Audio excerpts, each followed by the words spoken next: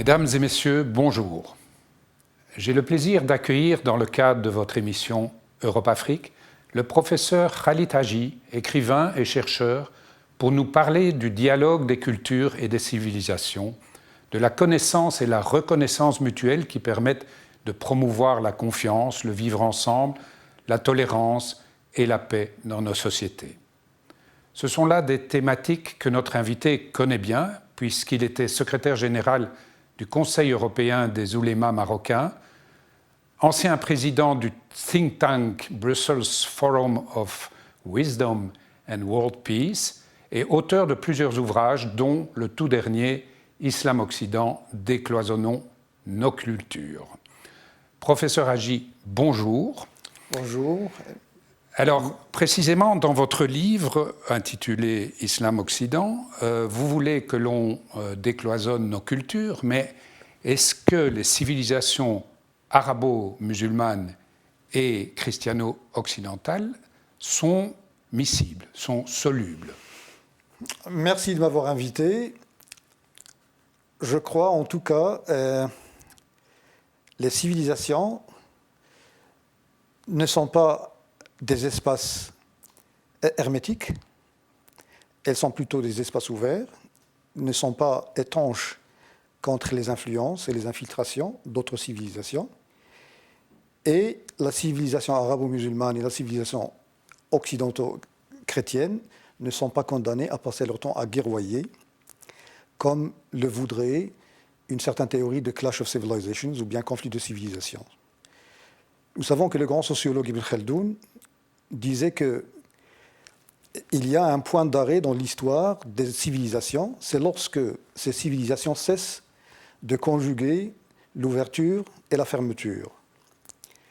Le moment où une civilisation cesse de se ressourcer du dehors, aller chercher la connaissance et le savoir en dehors de ses frontières, c'est là qu'elle peut atteindre, et elle doit atteindre, elle atteint le point d'arrêt dans l'histoire de la civilisation. Beaucoup de sages l'ont compris à travers l'histoire. Vous avez dans l'espace européen, Goethe par exemple, qui à un moment donné, en sentant qu'il y avait une crise dans l'espace européen, il cherchait Weltliteratur, il a créé un concept de Weltliteratur, c'est-à-dire une littérature mondiale pour s'ouvrir au monde. Beaucoup d'autres sages aussi, beaucoup d'autres philosophes, écrivains, penseurs, hommes politiques, qui cherchaient aussi d'autres manières d'être dans le monde en côtoyant d'autres cultures et d'autres civilisations. Je crois qu'il est fondamental pour nos deux civilisations de se côtoyer et d'apprendre l'un de l'autre comment vivre ensemble et puis comment s'enrichir l'un de l'autre et comment trouver son prolongement dans l'autre. Vous citez Goethe, à l'inverse, Chateaubriand n'a pas vraiment le même point de vue à l'époque. Tout à fait, tout à fait. Je veux dire, les Occidentaux ne peuvent pas être réduits à une attitude, et les musulmans ne peuvent pas non plus être réduits à une seule attitude. On est dans un espace de complexité aussi. Mm-hmm. Et donc, c'est vrai que Goethe, il projetait une image. Il projetait une image dans l'espace culturel arabo-musulman. Ce n'était pas l'image que projetait Chateaubriand. Chateaubriand sentait qu'il était sûr dans sa culture locale, la culture chrétienne, donc il était dans la certitude. Alors que Goethe, au contraire, Goethe cherchait une échappatoire ou une issue. C'est pourquoi il parlait de divan, östliche divan, le divan Orient-Occident, où il propose des modes de communication entre l'Orient et l'Occident. Enfin, de toute façon, il n'est jamais très bon d'être habité par les certitudes. Tout à fait. Mais vous dites on n'est pas là non plus pour guerroyer. Mais en fait, si on regarde, l'islam et l'Occident, ils sont en conflit depuis 13 siècles.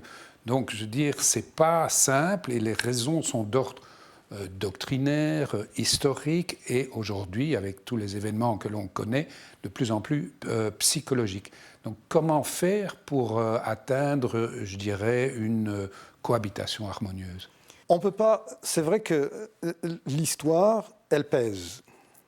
Mais l'être humain, surtout si on appartient à des religions, nous devons être capables de nous projeter dans un avenir, c'est-à-dire sortir des déterminismes et assumer une certaine responsabilité morale et se dire qu'on ne peut pas être réduit à des doctrines, parce que les doctrines ne peuvent pas dialoguer.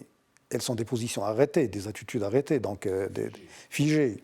Donc comme on est figé, là, il faut assumer la responsabilité morale.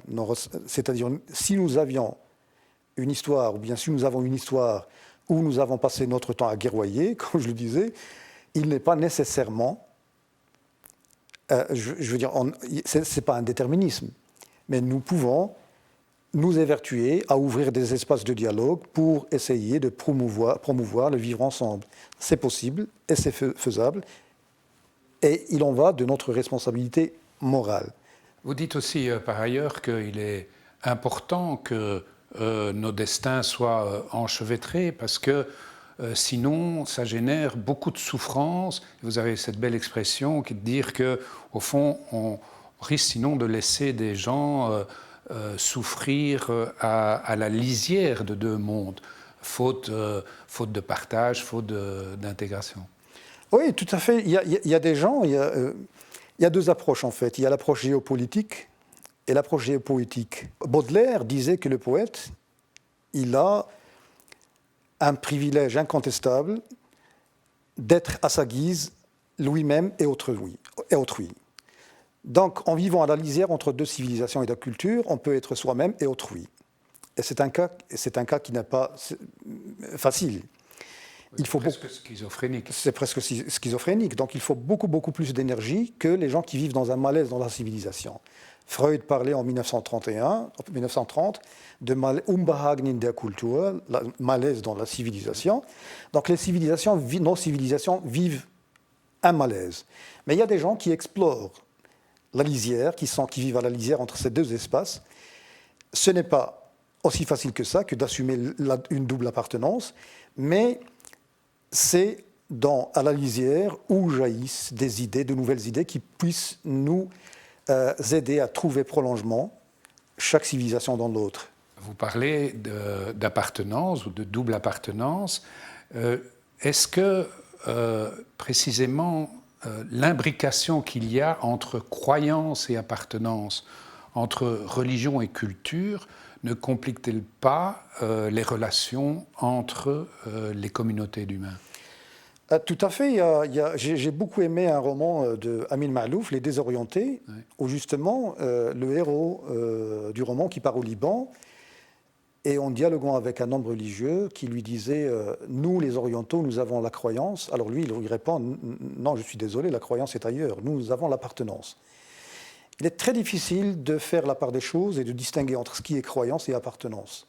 Parfois il est beaucoup plus facile d'abandonner sa religion que d'abandonner sa culture. Donc, pour un musulman qui vit en Europe, ce n'est pas évident de partager entre ce qui est culture et ce qui est religion, ce qui est croyance et ce qui est appartenance. Donc, nous avons l'impression que l'appartenance prime sur la croyance, et parfois, ça peut créer un malaise profond. C'est-à-dire, on souligne l'appartenance à une communauté et on oublie la foi. Donc, et parfois la foi est instrumentalisée au profit de l'appartenance. Donc on est dans un terrain très miné où il faut avoir beaucoup de discernement et bien sûr pas tout le monde peut prendre le temps et du recul pour examiner les rapports entre croyance et appartenance. D'une manière plus globale, on pourrait se poser la question, est-ce qu'il y a un islam ou des islams? Est-ce qu'il y a un Occident ou des Occidents? Je dirais que l'islam est un et l'Occident est un. Mais il y a autant d'islam qu'il y a de musulmans et il y a autant d'occidentaux qu'il y a d'occidentaux. L'islam est en fait en grande partie ce qu'on en fait. L'islam est ce qu'on en fait selon le contexte où nous nous trouvons. C'est-à-dire l'islam doit être contextualisé. Et les textes de l'islam, aussi les textes fondateurs de la révélation, est interrogé à partir de points de vue différents. les anciens ont interrogé le texte religieux et la religion à partir de leur point d'existence, à partir de leur perspective. Et nous avons d'autres soucis, d'autres problèmes, d'autres points de vue. Donc nous interrogeons la religion à partir de notre point de vue. D'ailleurs, le mot exégète en arabe, tafsir, c'est-à-dire l'explication du texte religieux, découle de la même racine que stifsar, qui veut dire interrogation. On interroge le texte et le texte, il répond. Donc il y a un rapport entre interrogation et réponse. La religion ne peut pas être figée. La religion, elle nous donne des réponses suivant le contexte et le type de questionnement. C'est ça. Mais finalement, si je reviens à ces deux mondes et le titre de votre ouvrage, est-ce qu'on ne peut pas se dire qu'il y a un petit hiatus, à savoir que ce n'est pas simple de confronter quelque part ces deux espaces, pour la simple raison que le monde arabo-musulman se définit plutôt par une religion, alors que le monde occidental, lui, finalement, il se définit par un espace géographique, ce qui est quand même très différent, non? Je veux dire, il y a de la paresse intellectuelle. On essaie de définir l'autre pour nous épargner certains efforts. Le monde musulman ne se définit pas comme monde musulman. Au sein du monde musulman, on se définit différemment. Un Marocain, un Algérien, un Tunisien, un Pakistanais, un Libanais, et ainsi de suite. Donc le monde musulman, il est divers. Il y a une diversité extraordinaire. Mais lorsqu'il s'agit de décliner son identité par rapport à l'autre, on brandit ce titre du monde musulman. L'Europe aussi, l'Europe non plus, elle ne se définit pas uniquement par rapport à son espace géographique. Si on voit la déclaration de Lisbonne, par exemple, l'Europe se définit par des héritages humains, des héritages culturels et religieux. Donc il y a plusieurs niveaux de se définir, de définition. Il y a une définition poétique de l'Europe et de l'Occident, il y a une définition juridique, il y a une définition philosophique. Donc, en général, on se facilite la tâche et on essaie de coller une étiquette ou bien un titre à un bloc civilisationnel pour s'identifier, pour préciser son identité par rapport à l'autre. Mais en fait, ces définitions, au fur et à mesure qu'on avance dans l'analyse, ne peuvent pas tenir. Nous allons faire une petite interruption et on se retrouve après la pause. Il n'y a pas que la culture qui définit l'identité, il faut tenir compte des facteurs sociologiques, socio-historiques, politiques. Et puis certains recomposent leur identité par le ciment de la religion. Alors, que pensez-vous de ces différents modes de fonctionnement ? En fait, on est dans la complexité. Il y a, par exemple, vous demandez à un jeune belge d'origine marocaine, vous êtes marocain? Il va vous dire non, je ne suis pas marocain. Vous êtes belge? Non, je ne suis pas belge. Alors qu'est-ce que vous êtes? Je suis musulman. C'est-à-dire quoi? C'est-à-dire qu'il veut souligner l'élément religieux de son identité. C'est comme s'il cherchait une identité pure. On est dans une sorte de puritanisme, une identité pure, parce que le sacré nous offre cette possibilité, ou bien ce sentiment d'être dans la pureté. Mais les générations d'avant, ils n'étaient pas outillés pour s'intégrer, ils ne cherchaient pas à s'intégrer dans la société. Ils étaient là, de passage, donc ils ne se souciaient pas de leur identité, ils n'avaient pas le souci de perdre leur identité. Mais une fois qu'ils commençaient à s'installer, et ils étaient face à leurs enfants qui avaient le risque de les perdre. Donc qu'eux étaient natifs d'Europe. Alors on cherchait à trouver le ciment pour souder les éléments qui composent l'identité, et bien sûr on la trouve dans la religion. Mais en fait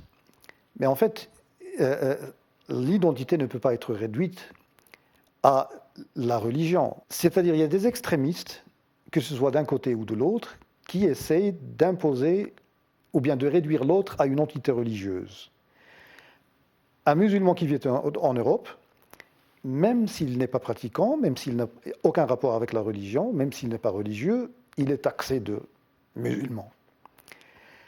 et aussi certains extrémistes musulmans qui essaient de faire abstraction de toutes les autres formes d'appartenance pour faire valoir l'élément religieux comme un élément le plus dominant, déterminant. Parlant précisément de religion, en fait, il faut constater la religion majeure de l'Occident est plutôt sur le déclin, quand l'islam, lui, est conquérant.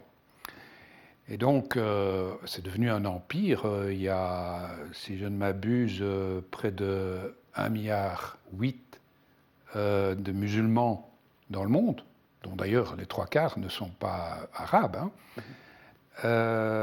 Et est-ce que l'on peut considérer que l'islam, oui ou non, a une vocation planétaire ? Vocation planétaire peut-être, mais le mot conquérant, je veux dire conquérir, on conquit un espace géographique. Mais on voit que le monde musulman est loin de là. Le monde musulman est disloqué, il souffre de désintégrations multiples, donc on ne peut pas dire que l'islam est en train de conquérir la géographie. Mais peut-être l'islam en tant qu'idée... On peut conquérir les cœurs, ça c'est la géographie de l'espace anatomique. Peut-être, on pourrait dire que peut-être l'islam, puisqu'il y a l'orthodoxie et il y a l'orthopraxie, on trouve que par rapport au christianisme et à d'autres religions, il y a de l'orthopraxie, des jeunes du monde entier qui sentent qu'en islam on peut pratiquer quelque chose. On le voit sur le terrain, sur le quotidien, des gesticulations, des mouvements, et ainsi de suite. Ce qui fait que beaucoup de jeunes se laissent attirer par les pratiques de l'islam. Mais en même temps, il ne faut pas oublier qu'il y a beaucoup de musulmans qui ont d'autres conceptions de l'islam maintenant. Au sein du monde musulman, il y a un débat. Oui.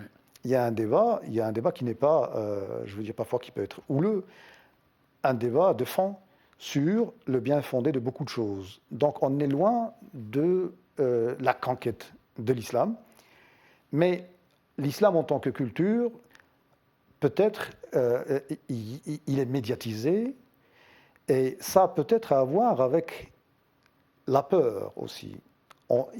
La peur, elle est biologique, on peut avoir peur de l'islam, c'est tout à fait... On y viendra plus loin. Okay. Simplement dans le monde actuel, ce qui est positif, c'est quand on évoque, je dirais, l'islam modéré. Et je voulais vous demander, qu'est-ce que vous pensez de la diplomatie religieuse? Je songe notamment aux liens historiques en termes d'influence religieuse entre le Maroc et l'Afrique de l'Ouest. En fait, il y a des liens historiques qui sont tissés à travers les siècles entre les peuples de l'Afrique subsaharienne et les rois du Maroc. Et il y a aussi des liens culturels, parce que la religiosité des Marocains est imprégnée par la culture africaine aussi.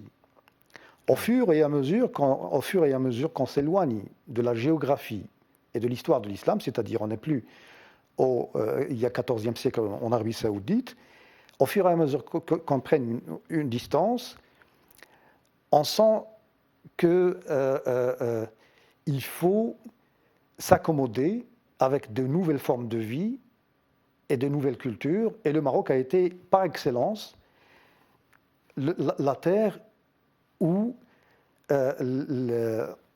on pouvait conjuguer, si vous voulez, le dogme, la doctrine, et puis une certaine ouverture à l'égard de pratiques culturelles africaines. Donc on se sent à l'aise à la fois dans la doctrine, et puis en même temps dans certaines pratiques culturelles. Donc il y a un élément commun qui est le rite malékite par exemple, et puis récemment, comme vous le dites, Sa Majesté le Roi a fondé la fondation Mohammed VI pour les oulémas africains, pour mutualiser les efforts, pour contrecarrer en fait toute forme de dérapage au niveau de pratiques religieuses et au niveau des conceptions religieuses, pour prêcher la modération en fait et la tolérance. Donc c'est un projet qui aura certainement des répercussions très bonnes répercussions sur de paix. De paix, voilà. Oui. Justement, vous avez été secrétaire général du Conseil européen des oulémas marocains.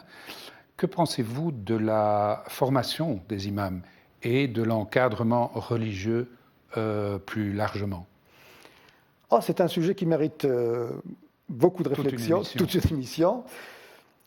Et je dirais que d'abord, il y a une erreur d'aiguillage qui est une grande erreur d'aiguillage. Pourquoi on se concentre, on focalise sur les imams alors que les imams, ils sont des employés? Ils sont à la solde de leur employeur. Pourquoi on ne songe pas à former les responsables des mosquées, par exemple, qui, eux, emploient les imams et qui, en quelque sorte, ils forment le profil de l'imam. L'imam peut avoir n'importe quelle formation, mais il doit se soumettre, se subjuguer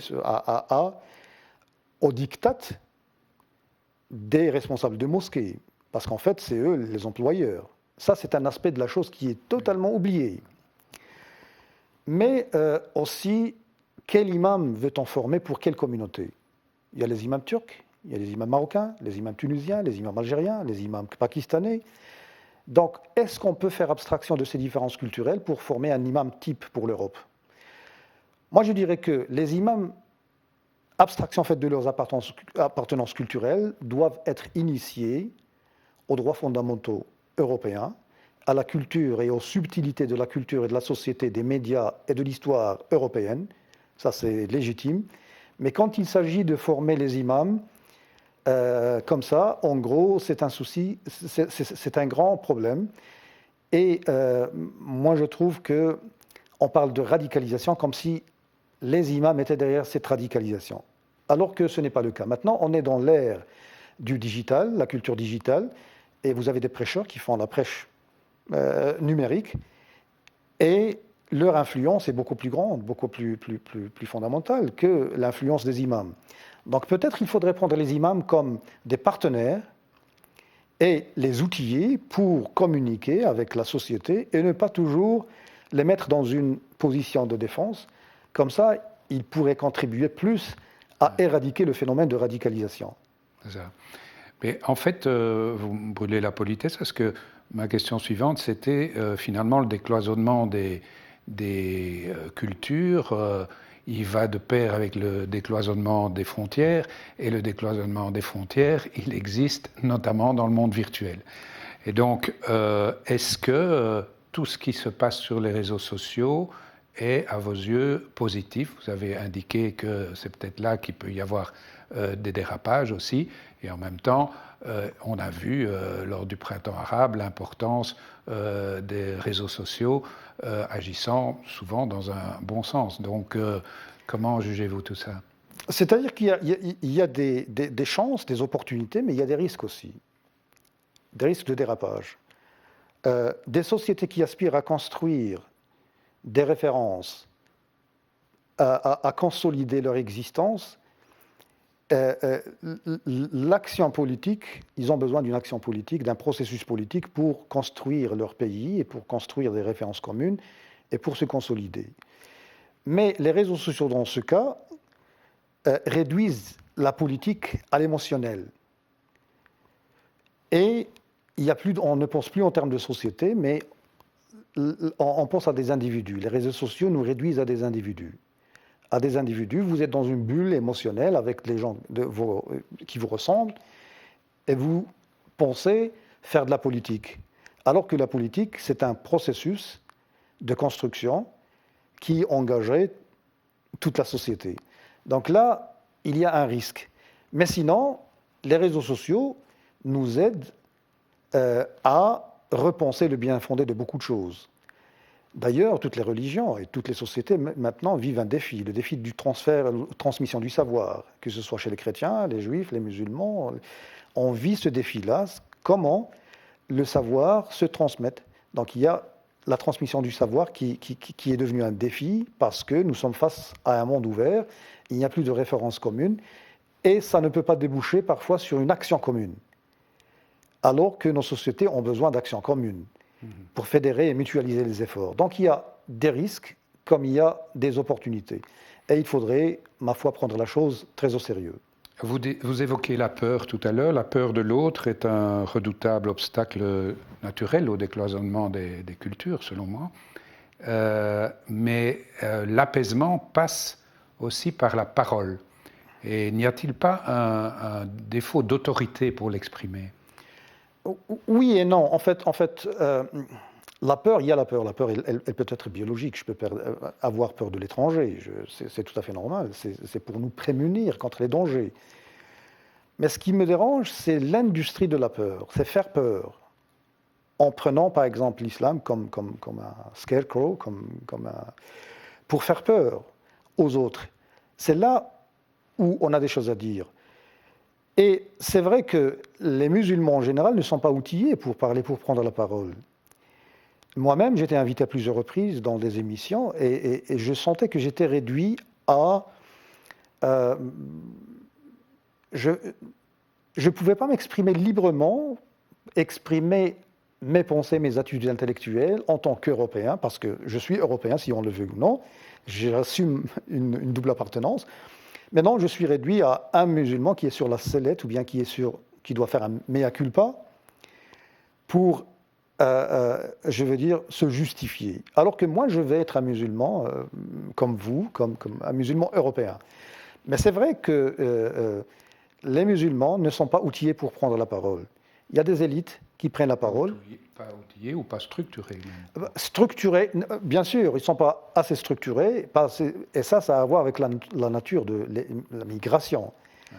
Je terminerai peut-être parce que vous, lorsqu'on parle d'islamophobie, ce qui est malheureusement quelque chose que l'on ressent sur le vieux continent de temps en temps, vous parlez aussi parfois de l'islamophobie des médias. Vous évoquez à la limite votre expérience personnelle. C'est quoi l'islamophobie? Est-ce que c'est la stigmatisation d'une communauté ou la critique d'une religion? Je crois que l'islamophobie existe. Mais ce n'est pas une critique d'une religion. On peut critiquer l'islam, on peut critiquer la religion musulmane, comme on critique la religion chrétienne et la religion juive. Mais parfois, il y a des codes de vivre ensemble qu'il faudrait respecter en critiquant une certaine religion. Parfois, on n'outrepasse et on est dans la provocation d'une communauté. La critique, elle est tout à fait légitime. Et d'ailleurs, même le monde musulman, il foisonne de critiques. Si on suit le débat, au sein du monde musulman, il y a beaucoup. Le débat est incessant, on ne cesse de dialoguer, de débattre. Et il y a une critique très osée de la religion, qui va jusqu'aux limites parfois. Donc ce n'est pas la critique de la religion qu'on peut appeler islamophobie, non, loin de là, mais une certaine stigmatisation et généralisation, certains clichés qui réduisent les musulmans à une entité diabolique parfois, une entité rétrograde, une entité qui ne cherche pas l'intégration, alors qu'il y a des musulmans qui ne veulent pas s'intégrer, certes, comme il y a des Occidentaux ou bien des Européens qui ne veulent pas leur intégration, certes. Alors, on appelle les sages à mutualiser leurs efforts pour vivre ensemble. Merci beaucoup. Ce sera la parole de la fin. Je vous remercie, M. Hadji. Merci. Mesdames et messieurs, notre émission est terminée. Je vous retrouve avec plaisir la semaine prochaine.